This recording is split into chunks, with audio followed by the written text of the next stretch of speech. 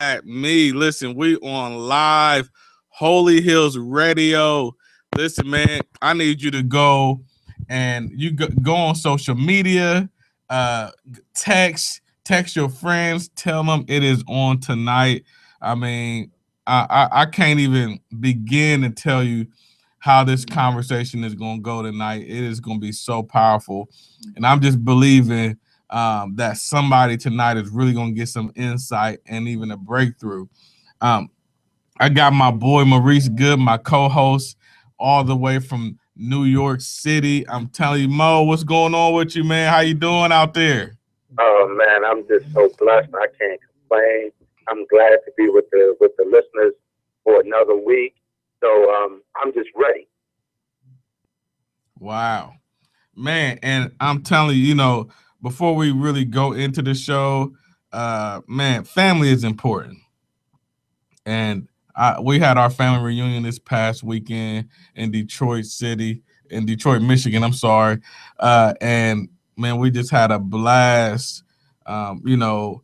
Just being able to see probably 4 to 5 different generations of our family in the same place was absolutely amazing. Seeing my Aunt Hattie, shout out to my Aunt Hattie, um, 85 years old, just moving around, orchestrating.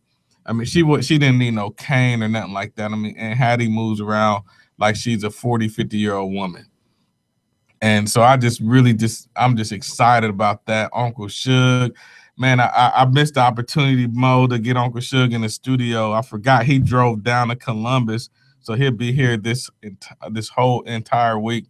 And I forgot to put a bug in his ear. So much was going on, but I wish he was in the studio with us to holler at us. But me and Mo, we was having a conversation before the broadcast came on, and we was going to talk about one thing, but we may hit that, but because we're gonna talk about the importance of family and things of that nature, and it's really, really important. Family reunions and showing love and just being excited about those sorts of things. Which we're in the season of that: vacations, family reunions. And enjoy it. Enjoy your family because you never know. One of the things I will say before we go into this conversation that's off this topic is one of the things that our family has started about 10 years ago or so, 10 to 15 years ago, is that our family, during our family reunion, kind of after things are settled in, or most of the time when we bless the food, we kind of have a prayer. We just circle and there's a prayer. And we do this thing called the Liberty Bell. Well, the Liberty Bell, we it's a time to commemorate or remember our loved ones that has passed away and has gone before us. And so each year we select the elder of the family to ring the bell, um, so we can remember those names, and we have a moment of silence, and then one of the elders will stand up and just kind of give an encouraging word to the family and about moving forward. And so I just really thought that right there is really, really powerful, and I just hope that we can keep that tradition um, alive in our family from generations to come. So Mo, hey, I said a mouthful. I don't know if you want to make any comments about family or anything like that before we go into this conversation. It all ties in though. The importance of family and keeping family close. It all ties into tonight's show because what happens is when you have family members, especially young ones, who don't feel like they are a part of the family, then the door is open for others to come in and manipulate them to give them a false sense of family and get them to do things that isn't helpful. So it's all relative and it all ties in, and so family is extremely important. But also that concept of family is also subjective because we may be blood, but we may not be family. Right. So I'm just going to speak on my own experience. I have some people who I'm related to by blood, first cousins, if you will. But people who we don't share the same bloodline, but by all means, that's my family, and I claim them, and I own them, and I love them. You know, so that word family, I learned a long time ago doing the work that we do with young people is that you got to be careful when you use that word family because everybody don't have the same definition of family, but a healthy relationship of family, a healthy sense of family, we need more. And we need for the elders, right? We need for the elders. And guess what? The elder could be someone in their 30s or 40s. So if you're in your 30s or 40s, but you have younger people in the teens and 20s, then you could kind of be that glue because the elders, the true elders, they may be tired. They may be a step slower than what they used to be, and they may not be able to hold the glue. They may not be able to do the text messaging, the emails, and all of that to get people together. And so that's where us in our 30s and 40s, our 50s, that's where we come in at to say, hold up, we got family members that are going too far to the left, too far to the right. We need to pull folks together. Wow. Man, one of the things I saw at the family reunion that stuck with me, and it was something I never really paid attention to, is how the generations are shifting, and you can see a gradual passing down of the mantle. You can see like my generation, we were the kids that played at the park. We were the kids that begged mommy and daddy and auntie and them to take us swimming. Now we're the ones caravanning our families. Now we're the ones, getting behind the grill and preparing side dishes and things for the family reunion. And then, and so just kind of seeing the shift from being kind of a kid, teenager, to being a partaker of the family reunion from a different perspective, with the weight of keeping this thing rolling beyond our elders and beyond us, and thinking of ways to pass certain things down to the next generation. So that's kind of all I have to say about that. I mean, I can go longer on other things that I've seen, but you hit me with something today, and because there was something that you saw on CNN, and regarding Jada Pinkett Smith. Yes. Now, okay. Now, what I wish I had my girl Marlene Carson on here, because she lives for this. But go ahead, Mo. I don't know if the people know what's going on here, but go ahead. So tonight on CNN, Jada Pinkett Smith is going to be on CNN at 9:00 tonight Eastern time. And the title of the show is going to be "The Fight to End Human Trafficking." Now, people say, well, human trafficking, what do you mean by human trafficking? Well, what is happening is that young people are being kidnapped and are actually being sold, to other people for criminal activity, and with the popularity of social media has actually made it even more accessible for criminals to get to or have access to vulnerable young people, right? Because not all young people have the same mentality, right? So, like, recently, I had a childhood friend in Baltimore who her daughter went missing, and her daughter went missing for 66 days. And what happened was someone lured her daughter, out of her home using social media, and so this young lady is 17 biologically, but she has some mental delays, and so she actually has the mentality of a 12 to 13-year-old. And so, and so she was preyed upon. And she's just one of many out there. And so Jada Pinkett Smith on CNN tonight is going to be talking about what we can do to keep our family safe, especially those young people. Young people, they think they have all the answers. As I've always said to my students, is that you have all the answers, but don't understand the question. And so, a lot of times young people think that they have the handle on social media, on Facebook, Twitter, and all the other, Vines and all of those other media.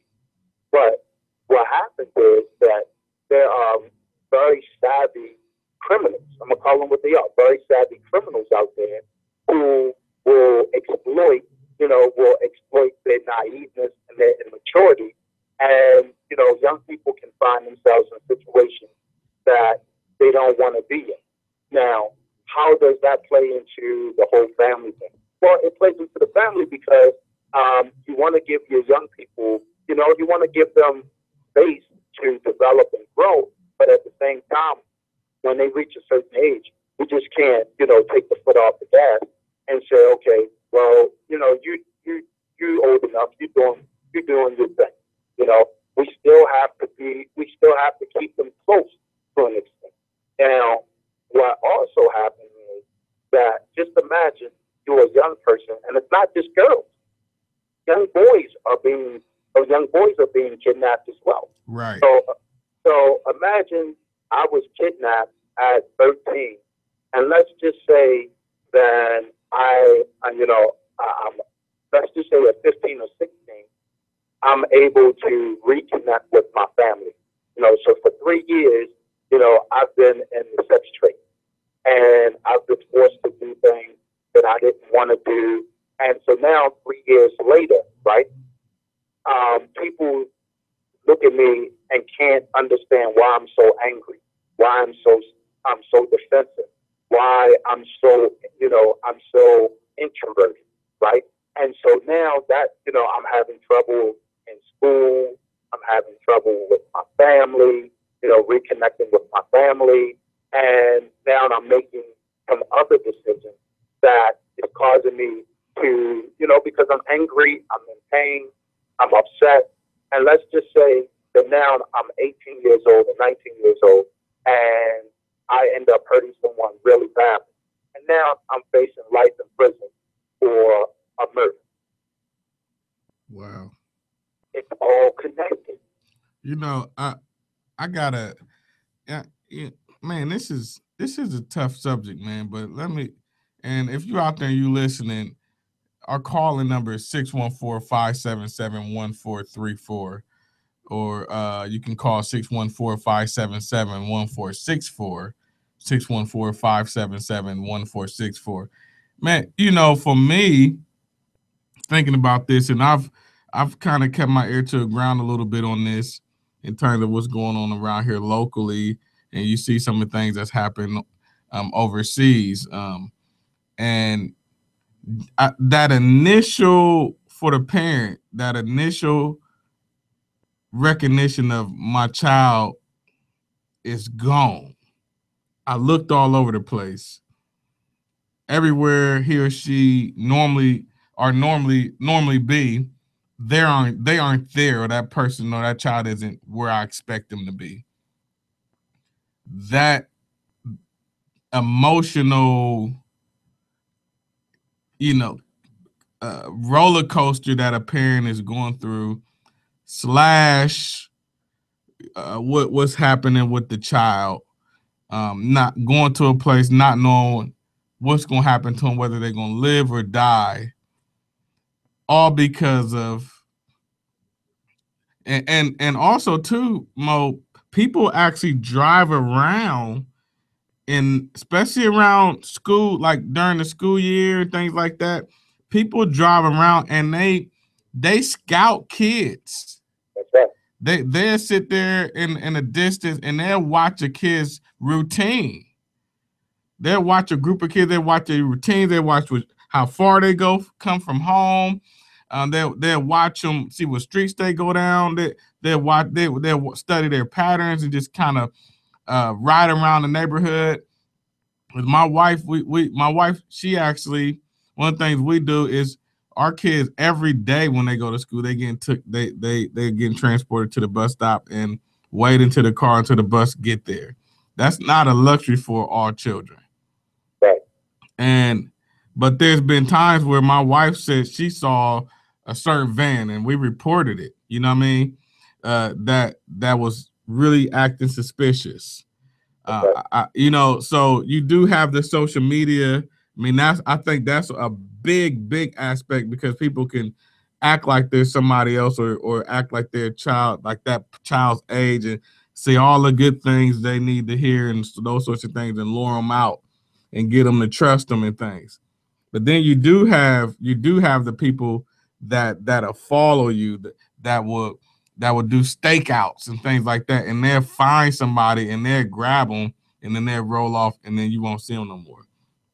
In fact, a friend of mine, I don't know her entire story, but I know she was a young teen, probably 14, 15, maybe even younger, and I think she got kidnapped young and was in the sex trade for years, and now she travels the world, developing programs and things like that to help fight against this. So people like Christine Kane, people like Marlene Carson, and others that are leading this march or leading this cause that have, in my opinion, is not is doesn't get enough exposure.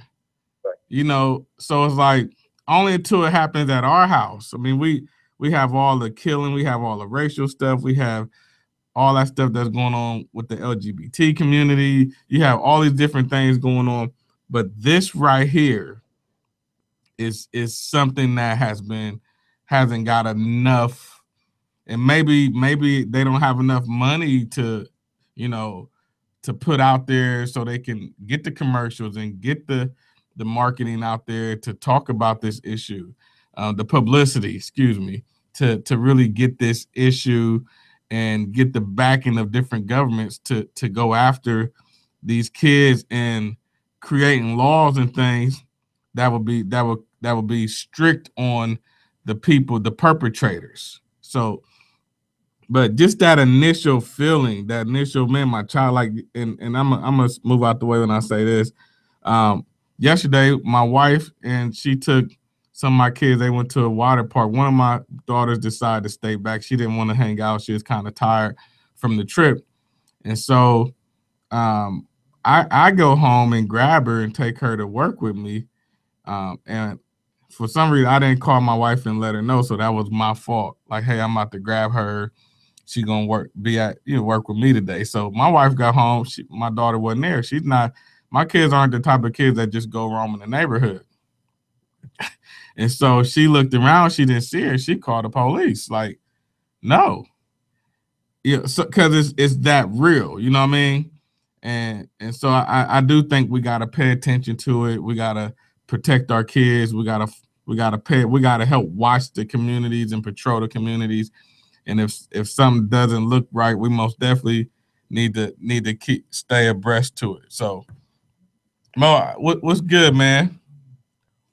And that's exactly it. And I think in terms of why it hasn't, it's been like these pockets because, like New York, um, I've heard about it, but it wasn't until I started working in Brooklyn did I find out just how real human trafficking and and the sex trafficking industry, how real it is in terms of young people. I would have I would have students who would run into the building and say, "There's a suspicious black van that's going around the block," and then I would hear about on the news where you know some young person was snatched up in a van, and it was like, "Wow, this is really deep."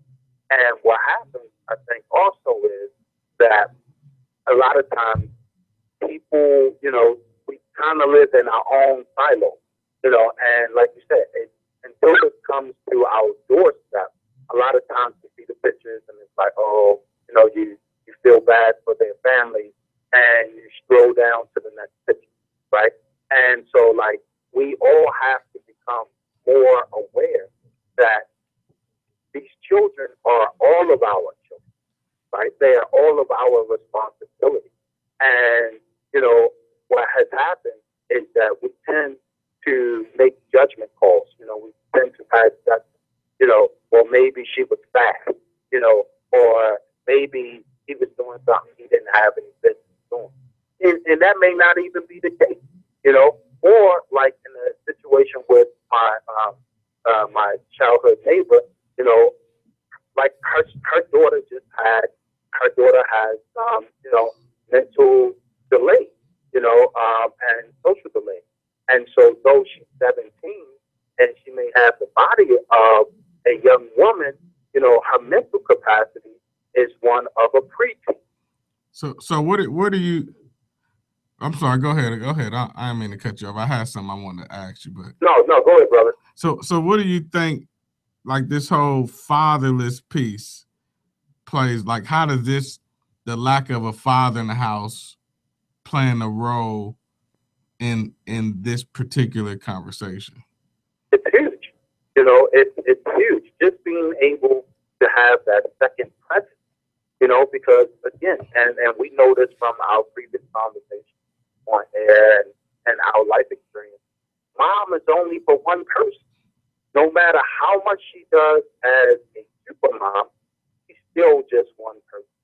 And being able to have that second presence is huge, and oftentimes then the oldest child end up becoming that second presence.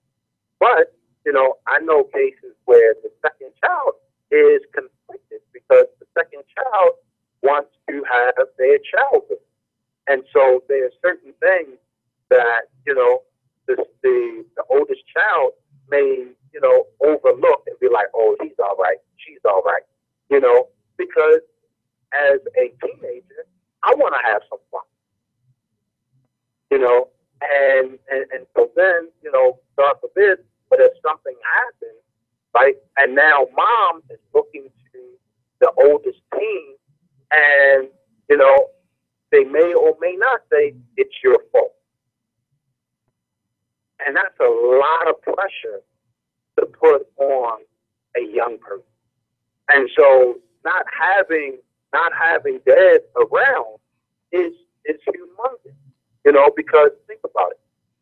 When there are two people, it cuts down on so much. It cuts down on so much risk that could be had, because that second voice, that second presence, just being available. Wow. I mean, think about it. Children who have two parents, that presence of that second person cuts down on a whole lot of, and make children second guess. Right. What, nah, I might be able to get over on mom, but I know I ain't gonna be able to get over on dad. Or I might be able to get over on dad, but I'm definitely not gonna be able to get over on mom. Right. So they think twice. Wow. But if that second presence isn't there, now it's like, oh yeah, I know she's tired. She worked 16 hours. I know she's tired. And if I ask her, she's gonna tell me no, I can't go to the party. And all my friends are gonna be at this party. And the party ain't gonna start jumping until 12 o'clock. But she's gonna tell me to be home at 10 o'clock if she let me go. So I'm just not gonna tell her, right? I'm just gonna go to the party, and she'll be asleep when I get back in at 3 or 4 in the morning, right? And that person may not make it home at 3 or 4 in the morning. Wow. I'm sitting here thinking, I'm like, okay, this is a big issue, and I had conversations with Marlene, and she told me in her dealings, she said, Mike, you know, because we was talking about my book and just the whole fatherless piece. She said, you know, roughly 90% of the girls that she's dealt with in the sex trafficking ring grew up without have father issues. Mm-hmm. She said like 90, it's about 90% of them, if not more. And I'm like, wow. Mm-hmm.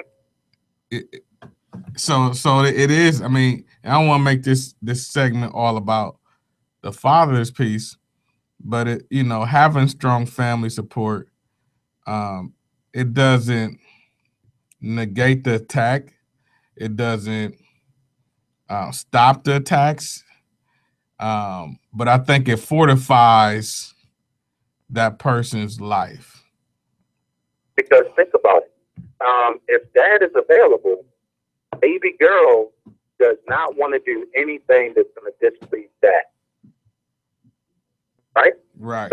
Because she understands that she is dad's baby girl. She is dad's princess. Wow. So she ain't doing nothing that is going to be displeasing to dad. Wow. Now you're hitting the personal. You hear, man. Because it's. I couldn't imagine, man, and I pray for all those people, all the families that their children are out there and they trying to find them and maybe in the sex trafficking ring. Man, that is a man. It's a big business. I mean, it is gruesome. Yeah, Uh, it's multi-billion. yeah, it is, man. It is gruesome, and it's United States. It's bigger than what a lot of people think. I mean, people are, man. It's is. Hey, And let me just say, it, your child could be right up under your nose and you're not even knowing.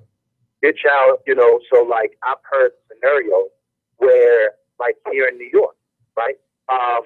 The young girls, 14, 15, 16, 17 years old, where they've been taken, and you know where they were? They were right across the bridge in New Jersey, being forced to dance in strip clubs, um, being forced to go on dates with grown men, that they've met in the strip club.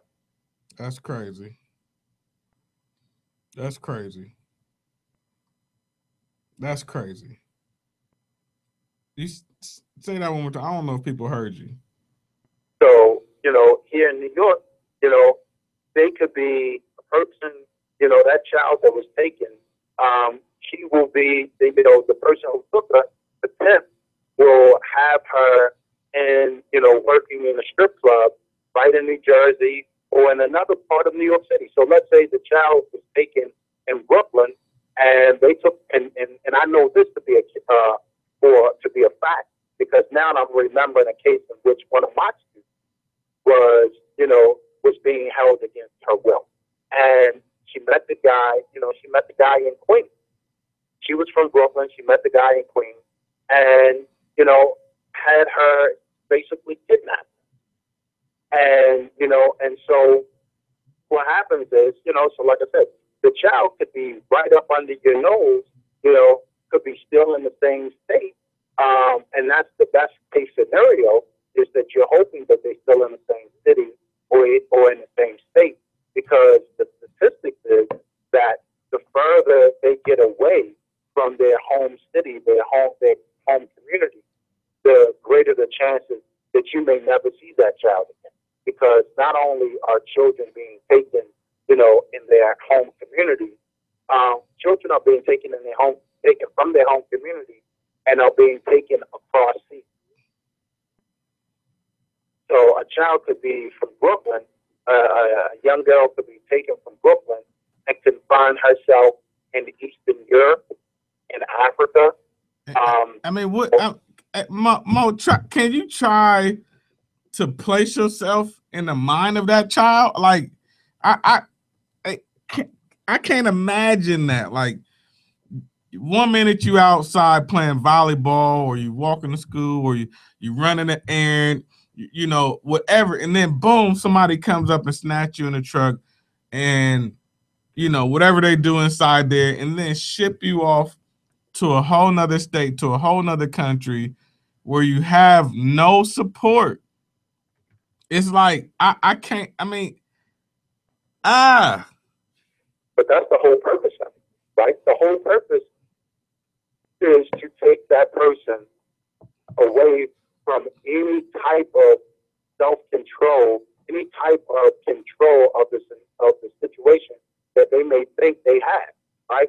So if I'm a, let's say I'm a 15-year-old girl, right? I'm a 15-year-old girl from, let's say, Bedside, Brooklyn, right? And you take me from my community, and you take me to the Bronx, and I may have been, I'm born and bred in Brooklyn. I know absolutely nothing about the Bronx, right?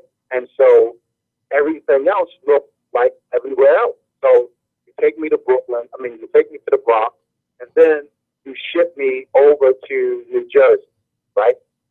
And then from New Jersey, we found ourselves in D.C. And from D.C., we find ourselves in North Carolina. From North Carolina, we find ourselves in Alabama. wow, And in the entire time, remember, I'm a 15-year-old girl who's being forced to dance in strip clubs and turn tricks, as they say, which is to have sex with Johns for money. wow. And Now, remember, I'm from Bedside, Brooklyn. I've never been anywhere outside of Bedside, and now I'm in Tupelo, Mississippi. but I, it's you hit Mo. You hit so many elements, man. Like being forced to have sex with someone you don't even know, multiple partners, just so somebody else can get paid. that's right. And my life depends on me. My life depends on me agreeing to this. Wow. My survival, right? Because that's the other part. My survival, and I'm trying to stay alive. I remember I'm a 15-year-old girl. I'm trying to stay alive. All I know is that I'm in a place where I don't know where I am. You know, all I know, because the other part is the drugs, right? And so to get these young girls to submit, they often drug them, with all types of drugs, um, sedatives and things like that to get them to submit. What kind of drugs like you think they would give them? Drugs that opium, heroin, um, pills pills that have opium chemicals in it that will, sedate them. That's going to make them, very submissive. Wow. And it's not as difficult as people may think it is, right? You know, I can slip some pills, some fresh pills in your burger, or in your water or whatever, right? Because you just got finished dancing, you turned tricks, whatever, and you're starving, right? I'm this 15-year-old girl. I'm starving at this point, and I'm just starving. I'm beyond hungry, starving. And so now this person gives me a burger, right? And I have this burger, and before you know it, I'm knocked out, right? I'm knocked out, and I wake up, and I'm in some abandoned house somewhere else. I don't know where I am, no windows. I'm 15 years old. Wow. Wow. That has to be frightening. Man, I don't know enough about this situation, this topic, but goodness, all I could do is think about, you got to think about your babies, you got to think about your home, but then it's like this is really really happening, and as a community, what things that's why it's so important for us our communities to sober up That's right. so we can pay attention That's right. to what's coming and going. Uh like uh like gangsters know the Bloods know when a Crip comes to their neighborhood, he's a Crip. You know what I mean? He's from another block. He's from another hood. I think those principles or that mindset has to be applied to all sorts of things, including the sex trafficking thing. But then I also heard through people that's engaged in this this work are that there are people inside the communities that help set people up. Yes. So you have that element too, to where it's somebody they trust that may get a few dollars. That's the kind of point person in certain areas, or even planted in certain areas to gain people's trust. I mean, even in high schools, people are put in schools to help find and get people to go into this whole sex trafficking arena. There was an arrest. There was an arrest made. I want to say about maybe 4 to 5 months ago, maybe even 6 months ago, and they arrested two women and a guy. The oldest person was 46 years old. It was a woman. He was 46 years old, and the guy who was running the ring. He was in his 20s, and then he was using a 19-year-old girl to lure other girls, right? And so this 19-year-old would befriend 16 and 17-year-old girls, right? Let's go, through social media. Let's go to the club. That's this, that's that, and and she was helping this guy and this 46-year-old woman to basically kidnap these young women, these girls, and have them turn tricks and have sex with these guys. And what happened, how they ended up getting caught, was one of the girls. I think she was maybe 16.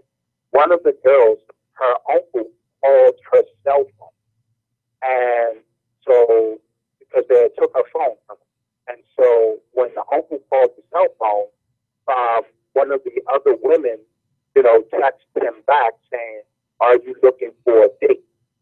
And so, he went along with it. He said, "Yeah, I'm looking for a date."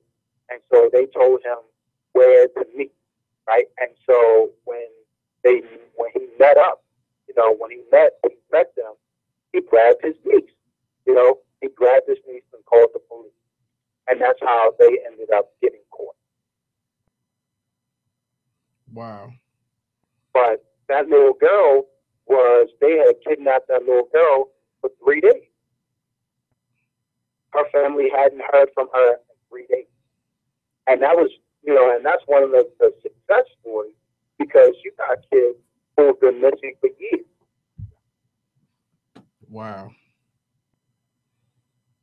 And so, and then going back to, and bringing it full circle, like the conversation we was having about the sister that you met, who, served 28 years in prison, right? And so, like, you cannot, I mean, you can't go through that type of experience, and if you don't get some type of mental health help, right, think that you're going to be okay, right? And so, because you have so much pain and hurt, it's no telling what you're liable to do. Wow. Man, I'm up here pulling the statistics, and I got a few that I gotta hit. It says in 2014, the National Center for Missing and Exploited Children estimated that 1 in 6 endangered runaways reported to them were likely sex trafficking victims. And then another one, and that wow, and here's another one. Says globally, the International Labor Organization estimates that there are 4.5 million people trapped in forced sexual exploitation globally. I mean, this thing is huge. I mean, I don't know if those numbers are, the correct numbers, if you will, but man, Let's just look at that first number that you said, right? So it says runaway. But what about the children who aren't runaways, who were just snatched up? wow. So it says 1 in 6 runaway, right? Now the thing is, right, and I know this to be a fact because, like, when the program I was working for, and the young lady went missing, and so we contacted the police. And the police, the first thing they was like, well, has she run away before? And I know that they're doing their jobs, and this isn't, a slight towards the police. And I know they had to ask the question, but it was almost very dismissive, right? Like, oh, well, she probably just ran away.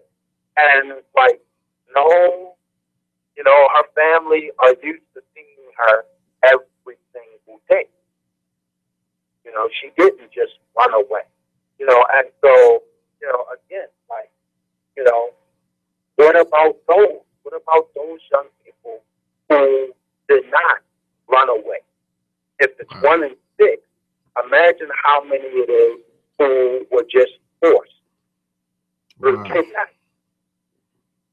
Wow. I'm up here looking at some more. I'm just going through statistics now.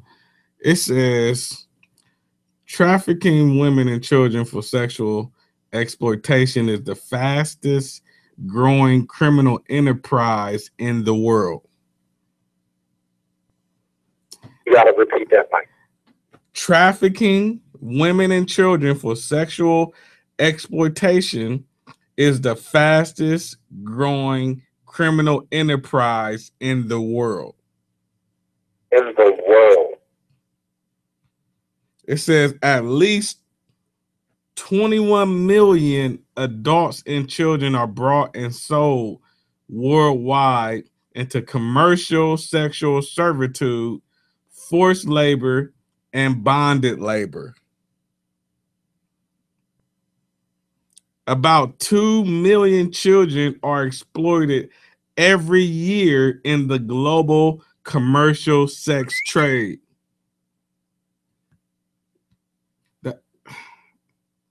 How deep is that?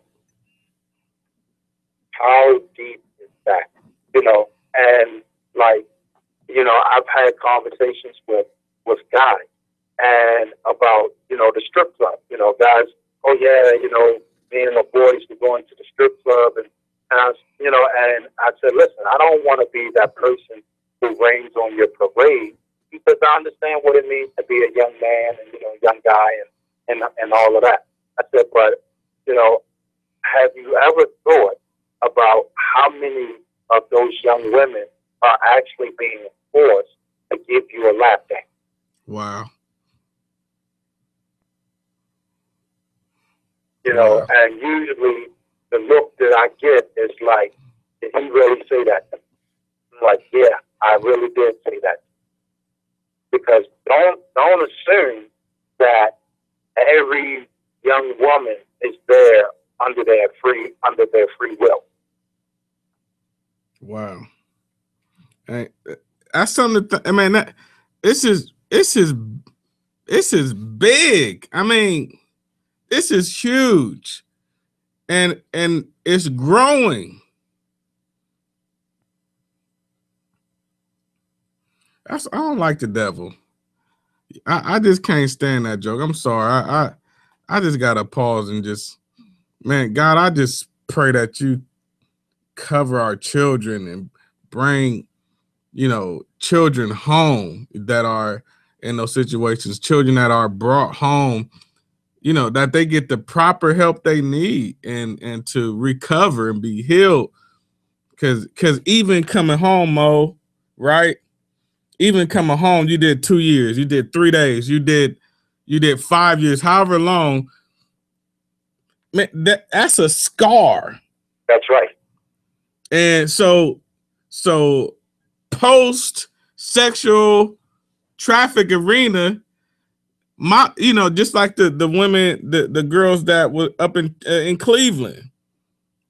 I mean, that's a scar. That's right. And it's like, okay, they're home now. I got my baby back, but what if she had to have sex with 20 guys? Well, first off, your baby is gone. Any innocence that was there has left, right? And so, as family members, we have to be able to understand, but we also have to be in a place where we have to say, you know what, I'm ill-equipped for this, but I need to seek out resources to help my child and my loved one to receive the services that is needed so that they can heal.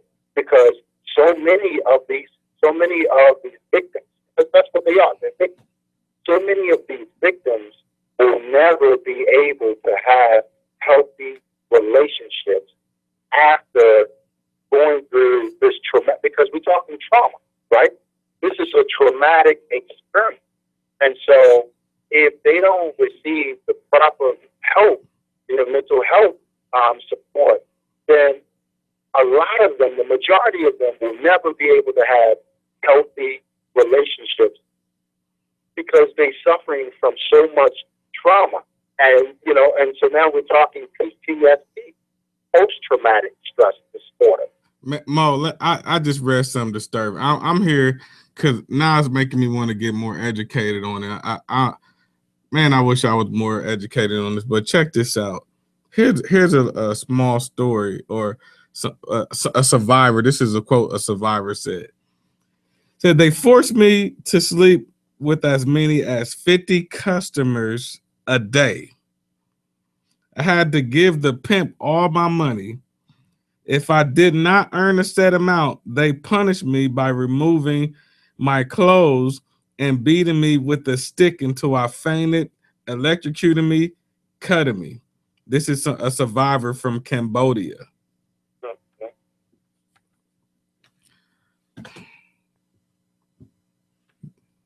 Now, how is a person supposed to regain their life or take their life back after an experience like that?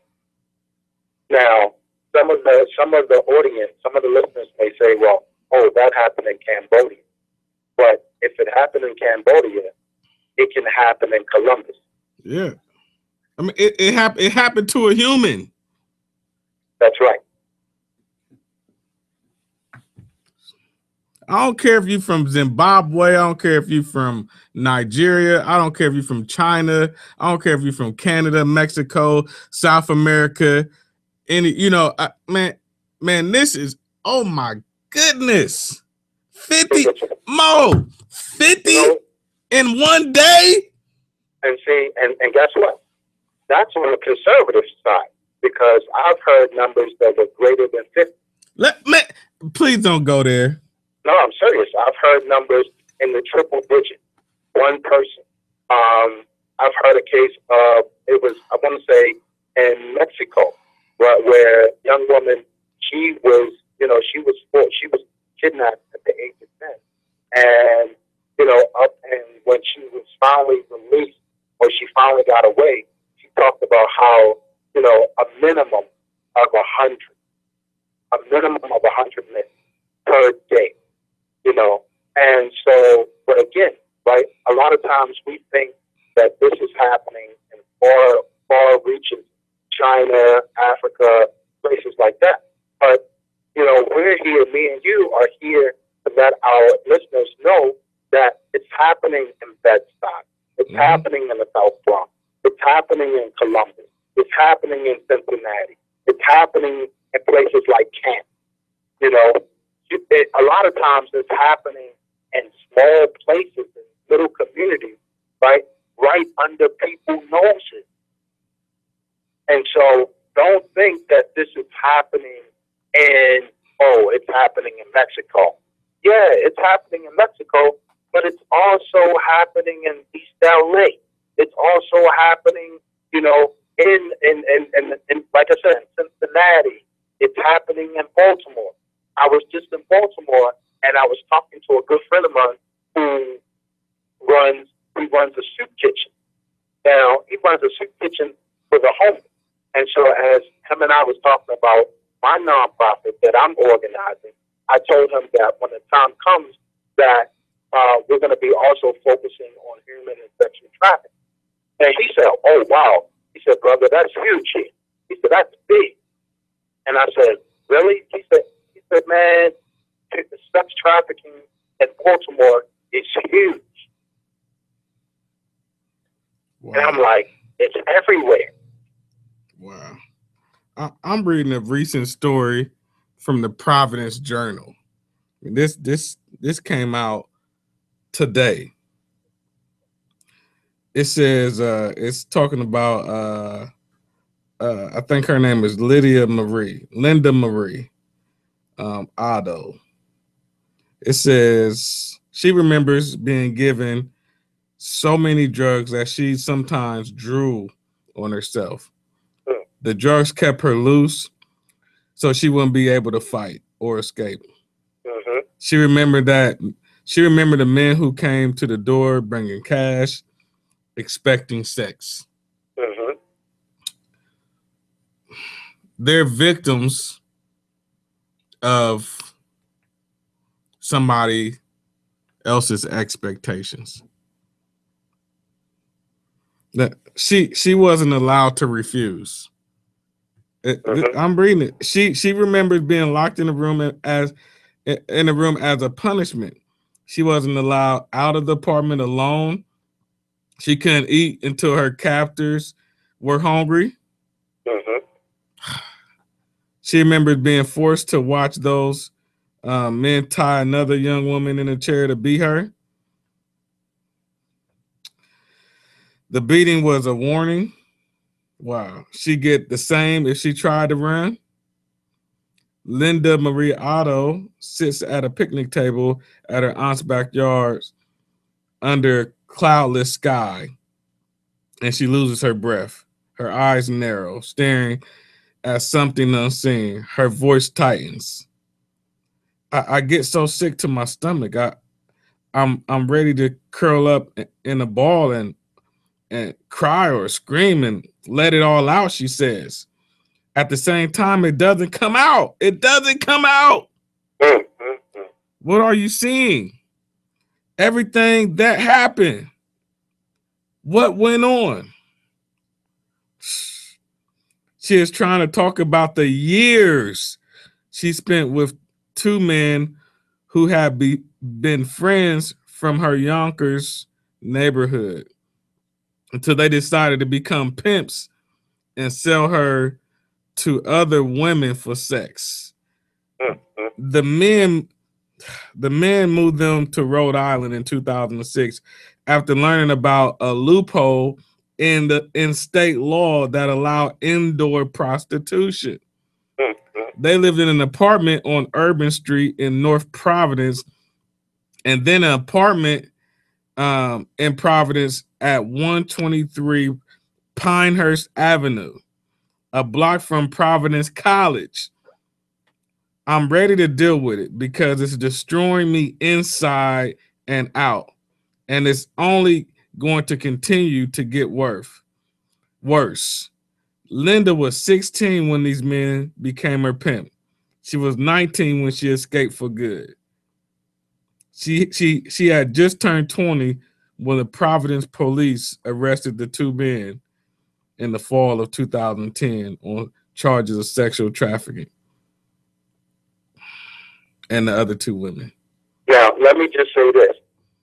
So, for 3 years, from 16 to 19, there are 365 days in a year. Don't do it to me.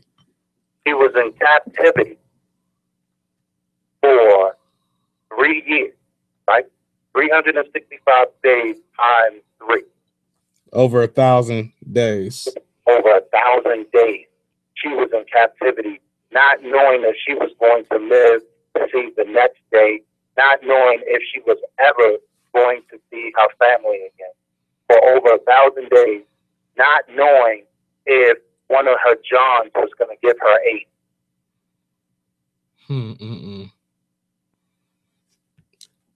From what I read, she tried to get away. She got drugged. She tried to get away. She got beat. She tried to get away. She watched other women or other girls get beat, get all these different. I mean, that has to be. Okay, 365 days a year. Man, imagine the victim that we talked about, that I read about earlier, that has sex 50 times per day. Can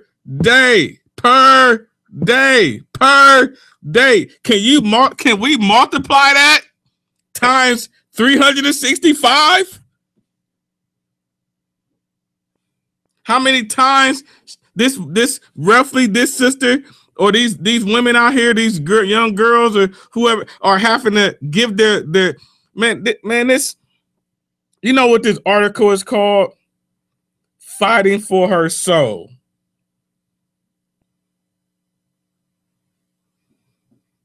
Right. So you said 50 sexual encounters per day, right? That comes out to 54,750 sexual encounters over 3 years. 54,750 sexual encounters over 3 years with strangers.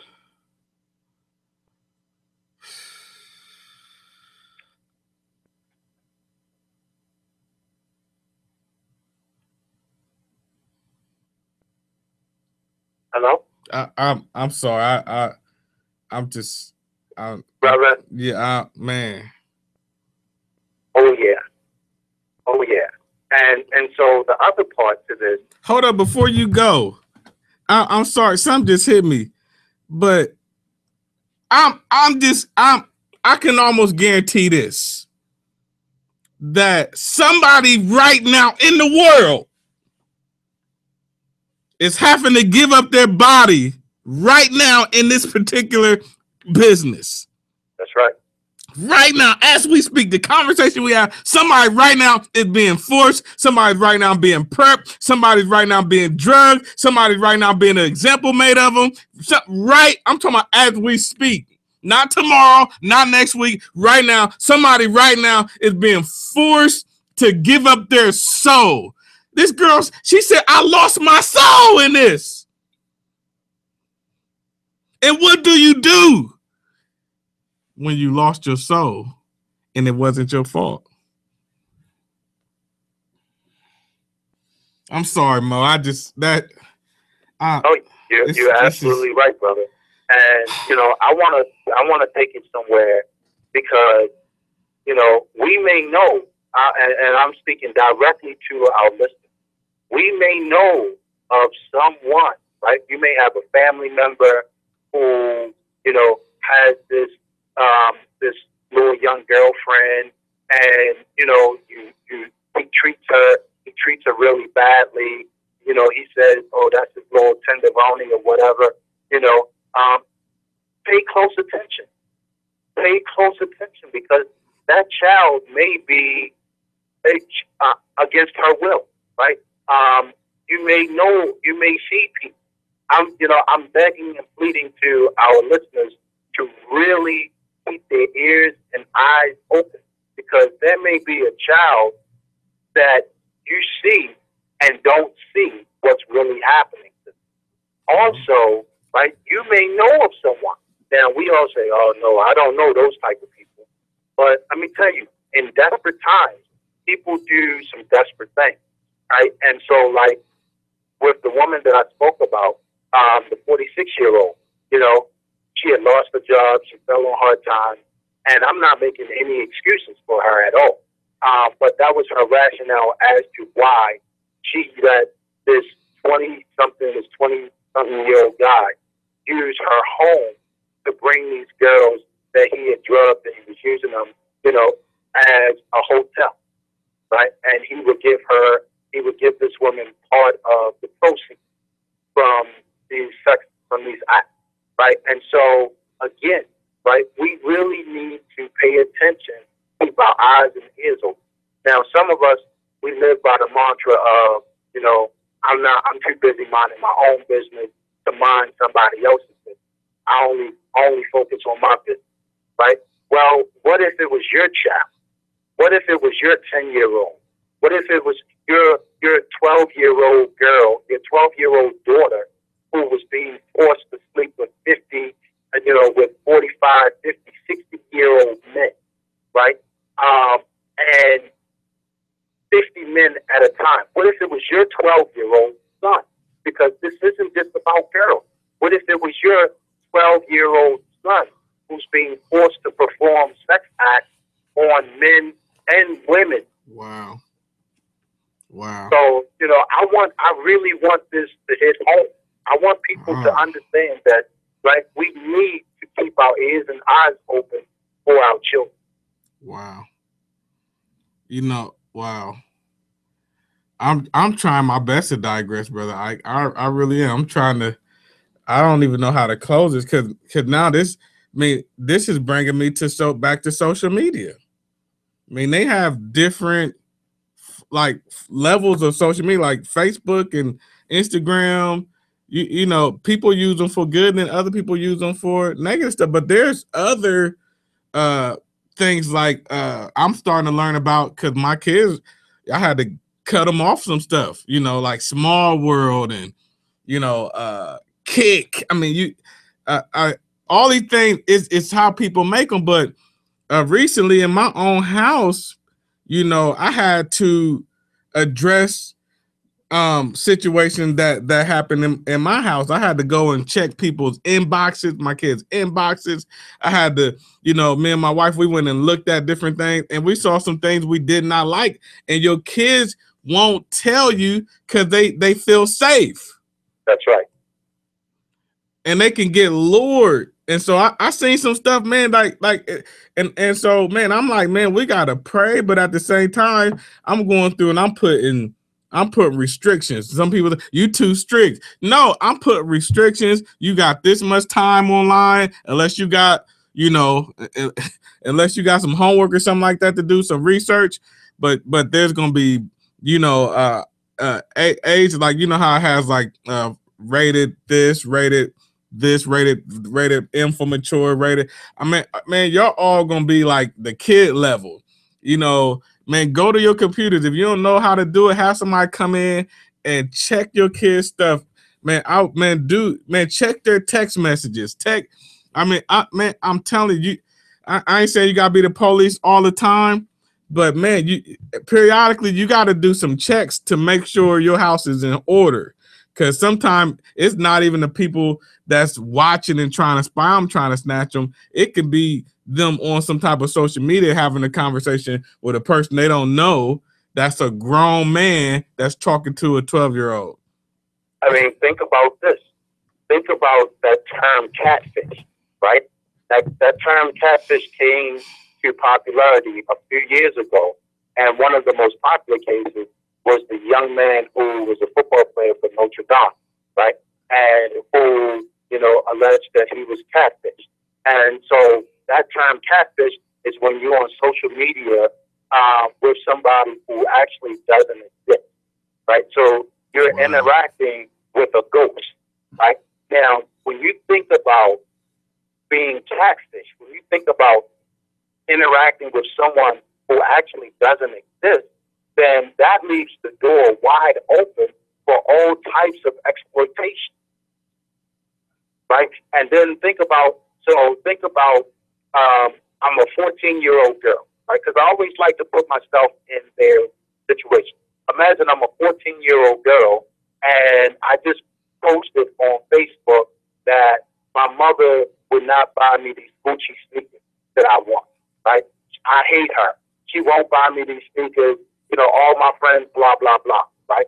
And so then this guy, he posts, you know, and he got a picture of him with all this money and like, yo, shorty, I can, you know, you want them Gucci sneakers? I can get you the sneakers, the belt, the bag, you know, I can get you all of that.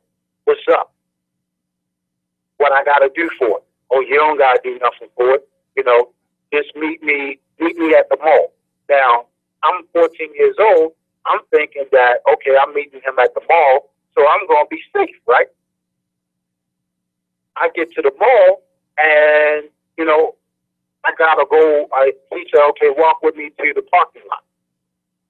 Anything can happen. So, you know, this is real deep. I mean, it's like an onion. There's layers to it. But also, what we're about, me and you, is talking about solutions. So, in terms of solutions, what can we do as a community? Well, our churches, right? Our churches need to make this a priority, right? There's not much being said from the majority of the churches about sex trafficking and human trafficking. We need our leadership to speak on it. We need them to educate their flock about the dangers of what's really happening. So those are some of the solutions that we can partake in. Schools, right? Schools have to do a better job. You know, it's not being talked about in schools. It's not being talked about in the church. We have to gather the masses to have this dialogue, to educate people, because we never know how many lives we can save by just educating. Wow. And I mean, I feel full conviction on this. I mean, I feel like I most definitely want to talk more about this in church, on my just in general. I mean, you know, and really hit it, and even um, you know, bring somebody in that knows about this and has been through it to really dive into it. Um, you know, and as we digress from this conversation, which is very, very hard to do right now, almost impossible for me. But I just want to leave people with this. That's why you being on social media, you can enjoy social media, but you have to be safe and careful. You know, a lot of people do selfies, they do the body poses, they do all kind of things. And okay, yeah, you cute, yeah, you all of this and that, but there are people out there that's targeting all of those sorts of things. And you know, man, a lot of teenagers things, and even adults do all that kind of stuff. And there are people out there. I'm not saying you got to be fearful and walk around nervous about it, but there are people that's out there targeting. And I really try to put pictures up there about that has my whole family and all my children and stuff. You know, I was telling somebody today, it's hard. One of my youngest daughter, her birthday was yesterday, and it was I didn't feel compelled to broadcast it on social media, because I'm like, I gotta keep something at home. You know what I mean? I can't give the world all my stuff. You know what I mean? And we'll celebrate on our own, but you know, just be careful of the full body pictures. You know, guys are looking, those ghosts, like what you was talking about, are looking at those things and watching your post and seeing where you are. Oh, I'm at the mall. Oh, I'm here. You know, check in. You know what I mean? It's all just be careful, be mindful. Watch each other's backs. I mean, there's a bunch of things that I don't know that we could do, but like I'm in full agreement with you, brother Maurice, in terms of like this. We just can't minimize this, and most definitely more conversations about it, and people that have been through it. Maybe one day they may have the strength to speak out on it. But just read some of these articles, man. It actually, I mean, I just, it's almost unbelievable, but it's real. It's reality. So as we close, Mo, man, I'm trying to figure out how to close this thing, but what's some kind of closing remarks you have in regards to this? I just want to reiterate to our listeners to just please, I beg of them to just keep their eyes and ears open, and do everything that they can because it may be somebody else's child today, and God forbid it may be yours tomorrow. So don't just sweep it under the carpet, but to really pay attention. Wow. Wow. Well, wow. I'm going to close. I just want to say a prayer for those families and for those children that's fighting for their lives and even women, whoever that's a part of this, even to all the pimps and people that's playing a role in victimizing people. I'm praying that they release people. Father, I thank you right now for giving us opportunity to share and just have a conversation to talk about this horrific issue that is absolutely frightening to hear some of the stories. But Father, I pray right now that you touch the hearts of the people, the pimps and the players and the people that are victimizing people, and that they release these young people, that they actually release these women, touch the families so they can understand how to help their children and help their family members get through and a process to help people heal. And Father, I pray in advance for all of the perpetrators that are being convicted as we speak. God, I thank you, Lord, that you, God, just I don't really know how to pray for this, but I just know that you are able. I haven't experienced this myself, but God, just do me a favor and just touch the families and touch the victims and just have your way in their lives. In Jesus' name, amen. So until next time, holla at me. See you soon. God bless you.